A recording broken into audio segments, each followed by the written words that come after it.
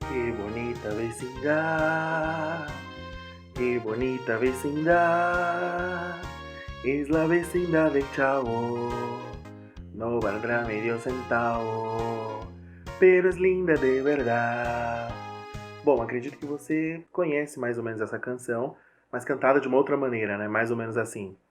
Que bonita sua roupa, que roupinha muito louca, nela é tudo remendado, não vale nenhum centavo, mas agrada quem olhar. Bienvenidos al mío, al tuyo y al nuestro mundo latino. E aqui no começo só uma pequena homenagem ao Chaves, Chapolin e a nossos hermanos mexicanos. Bom, por que eu cantei esse trechinho dessa música do Chaves? Porque tem um pouquinho a ver com o nosso tema de hoje, que são os falsos amigos, falsos cognatos. Antes de mais nada, o que são falsos amigos, o que são falsos cognatos? Bom, nada mais é do que palavras que têm a sua grafia escrita de maneira semelhante ou igual em idiomas diferentes. Então, por exemplo, como eu estou tratando aqui de português e espanhol, então, palavras, por exemplo, que são escritas de maneira igual ou muito semelhante em português e espanhol, mas que têm os seus significados completamente diferentes. E o que isso tem a ver com a canção do Chaves? Na verdade, não tem muito a ver, mas acontece algo parecido da mesma maneira que acontece no cenário de falsos cognatos e falsos amigos. Por exemplo, nós aprendemos a música dizendo que fala sobre a roupa, né? Sobre uma roupinha, que bonita sua roupa, que roupinha muito louca. Nela é tudo remendado, não vale nenhum centavo, mas agrada quem olhar. Então nós acreditamos que, ouvindo essa canção em espanhol, ela está dizendo exatamente isso, mas não, a tradução da versão para o português, ela não foi feita de maneira fiel à original, ela não foi feita de maneira literal. Se vocês repararem, a canção original, a versão original fala sobre a vizinhança, sobre o cenário, sobre os personagens. E, por exemplo, a palavra vecindad rima com verdad. E se fosse feita a tradução literal, então teria que ser vizinhança e verdade. Mas aí daria uma quebra, né, na melodia, na musicalidade, porque não rima em português essas duas palavras, como rima em espanhol. Então é esse tipo de situação mais ou menos que acontece com os falsos amigos, com os falsos cognatos. Por quê? Nós imaginamos que estamos dizendo alguma coisa, na nossa cabeça a gente está dizendo alguma coisa, mas como aquela palavra no outro país tem um outro significado, na verdade a gente está dizendo outra coisa. Por exemplo, se eu digo aqui em português, eu trabalho em uma oficina, qual a imagem geralmente que vem na sua cabeça?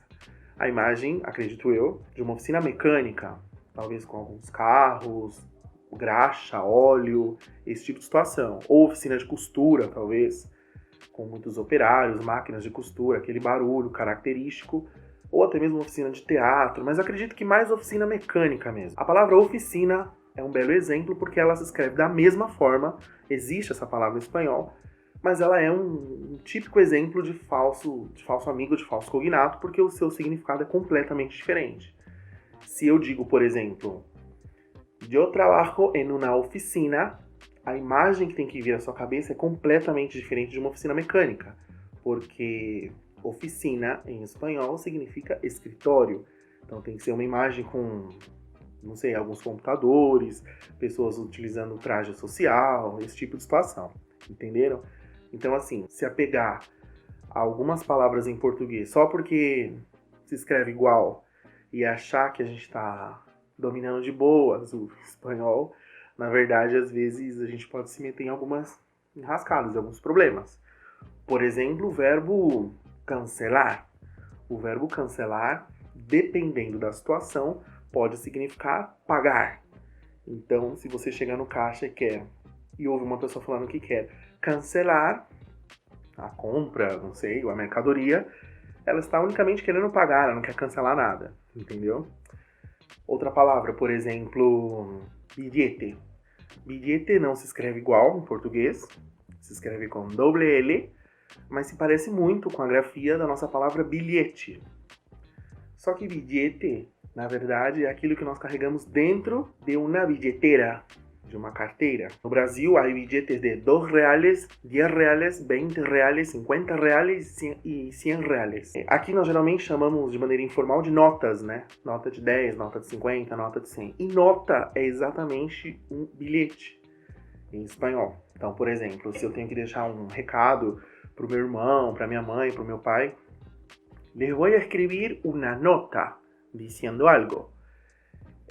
Por ejemplo, les voy a escribir una nota diciendo que no tengo billetes de 50 reais. Entenderam? Então, na verdade, é exatamente o contrário. A situação de nota e bilhete em português e espanhol. Ah, uma última dica. Se você for comer uma comida muito gostosa, se você chamar uma pessoa de fora que fala espanhol para comer na sua casa, e você preparar um banquete, uma comida top, e perguntar para a pessoa o que ela achou da comida e ela falar que a comida está exquisita, significa que a comida está muito rica, muito boa, muito gostosa. Exquisito se escreve com X em espanhol e significa algo totalmente contrário do que significa esquisito em português. Existe uma infinidade de falsos cognatos, uma infinidade de falsos amigos, que na verdade a gente só aprende na prática mesmo, aprende com o tempo, aprende lendo, aprende estudando. Não tem como, decoreba, não tem como, você aprende com o tempo. Existem algumas listas por aí espalhadas na internet, né, com algumas palavras, alguns verbos, é bacana, né, de conhecer, de aprender, porque falsos cognatos atrelados ao portunhol, por exemplo, geralmente costuma dar problema.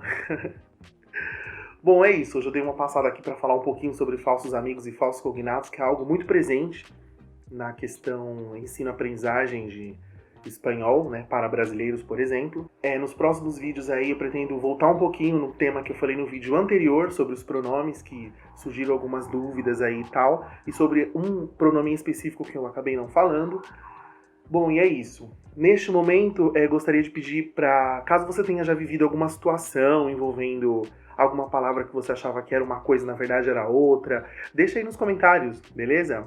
Alguma situação que você talvez tenha ficado com dúvida ou não ficou muito claro, deixa aí nos comentários também. Se quiser entrar em contato comigo através do Instagram, @mundurucaclodoaldo, me procura lá. E, bom, é isso.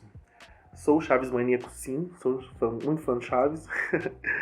E qualquer situação aí que você queira perguntar, sugerir, dar dicas, sou todo ouvido, estou à disposição, beleza?